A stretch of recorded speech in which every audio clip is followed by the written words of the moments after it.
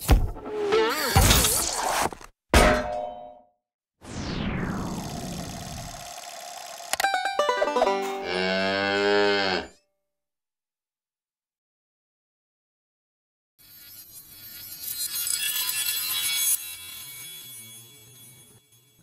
this tutorial, I'm going to show you how to use the Boris AAF Transfer Importer and Exporter for Apple Final Cut Pro and Avid Media Composer.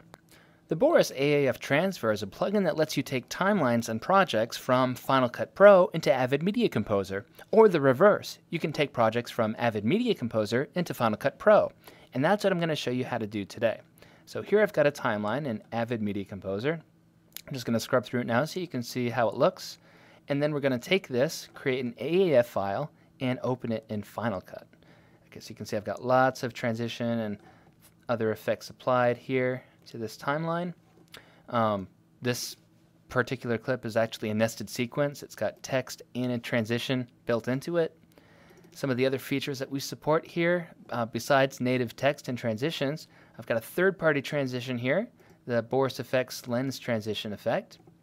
Here I've got a speed change using Avid's time warp filter. You can see I've done a position graph remap here, and I'm even using Bezier interpolation for the speed change there. I've got a freeze frame effect right there, another third-party transition, textured wipe. Beneath that is a subclip with a reverse speed map change. Then a swish pan transition, also from BCC. Here I've got the Avid flip-flop effect applied to make it look like the water is going up into the ceiling. Then a dip to color dissolve. And this clip here has a chroma key, matte choker, and 3D warp effect all applied on the same clip with keyframes. A lot going on there. And then a transition into the clip in back of it, which is a clip with a native alpha channel. And then those all dissolve into these Photoshop files, which have been keyframed to move around, as you see, and they do have alpha built into them as well. And beneath them is a PNG file, just kind of floating around in space. Okay, so a lot going on in this timeline here. Oh, not to mention the audio, which also has transitions and effects applied to it. If I just click on this here quickly, you can see that I have applied some pan effects and changed the levels on the audio. You can quickly hear that here. You're listening to Afternoon Performance on Radio 3 with me, Sarah Walker. Okay, so a lot of stuff going on there. And there's one more timeline I just got to show you. So that was one. Here's another one. Really pushing the audio to the max here with 8 audio tracks. Also, I've got a lot of comments included on my clips here. So someone taking this project from Avid into Final Cut will still get like these little notes that I'm putting on the clips, which could be really important if you don't have time to set up a filter correctly yourself. You can create these comments on it so someone else can. And another cool thing about this first clip is that it's got a transition, actually that same one I used earlier, the textured wipe, but this time I'm using a influence map, and I'm using the first layer below it as the map. So I'm using a alternate video source in an effect. Now let's see how that's going to come through. All right, so everything's set up. It looks great. To create an AAF in Avid, all you have to do is export your sequence. The default export setting may or may not be AAF for you. For me it is, but if it's not, you go into Options and select AAF. You want to make sure that you're including all video and audio. That's all you need to include, and you probably want to make sure this has link to Don't Export Media. This would save a lot of time. Okay, so save that. I'm going to save it into this folder. I am replacing the earlier ones. This is like the 4th time I've done it, so hopefully I know what I'm doing this time. Okay, we're going to export that other one too. Notice I can just right-click and export. Okay, that's good. Sure, replace the old one. Okay, now I'm in Final Cut. Let's get those sequences. So I'm going to import Boris AAF Transfer, or I can go File, Import Boris AAF Transfer. And I'm going to locate those AAFs. Here they are. Here's the shorter one first. Now here is my import settings menu. I can change a lot of things here. Most of these settings you don't need to touch at all unless something comes in very wrong. Then you might want to go back and see like what the settings were. But for the most part, the default settings should be perfect. You might want to create a new project with your AAF or import it into an existing one. That's a good feature to be aware of, as well as being able to link to MXF files if you have calibrated software in your Final Cut Pro. Okay, so without that, let's just do a traditional reconnect media. Now anything in red means the media is not connected, so I'm just going to select one of these. I'm going to go to the folder where my media is located. And it actually doesn't matter which clip I select. Like, I could select any of these, and the importer will identify the correct ones.